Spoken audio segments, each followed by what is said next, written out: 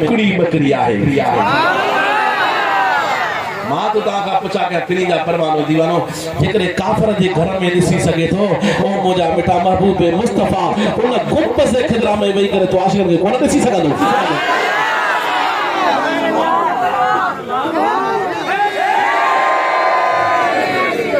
अबू बकर सिद्दीक़ मदीने वारे से फरमाया अबू बकर या माई पोड़िया काफरियानिया ऐं हिनखे चो त तुंहिंजे घर में हिकिड़ी बकरी आहे काहे अबू बकर सिद्दीक़ वियो दरवाज़ो खड़कायो आबा दादा केर अमा दरवाज़ो खोल अबू बकर सिद्दीक़ बीठो आबा हुकुम कर अमा पोड़ी तुंहिंजे घर में हिकिड़ी बकरी आहे या काहे त उहा पोड़ी माई हैरान थी वई दरवाज़ो बंदि आहे त ज़ुल्फ़नि खां वठी कदमनि ताणी ॾिसे कदमनि तां खणी मुंहिंजा पहिरां दोस्त नज़र वरी ज़ुल्फ़नि ताणी अबू बकर सिद्दीक़ ॾिसे सुणा दरवाज़ो बंदि आहे घर मुंहिंजो आहे तोखे कीअं ख़बर पई त मुंहिंजे घर में बकरी आहे।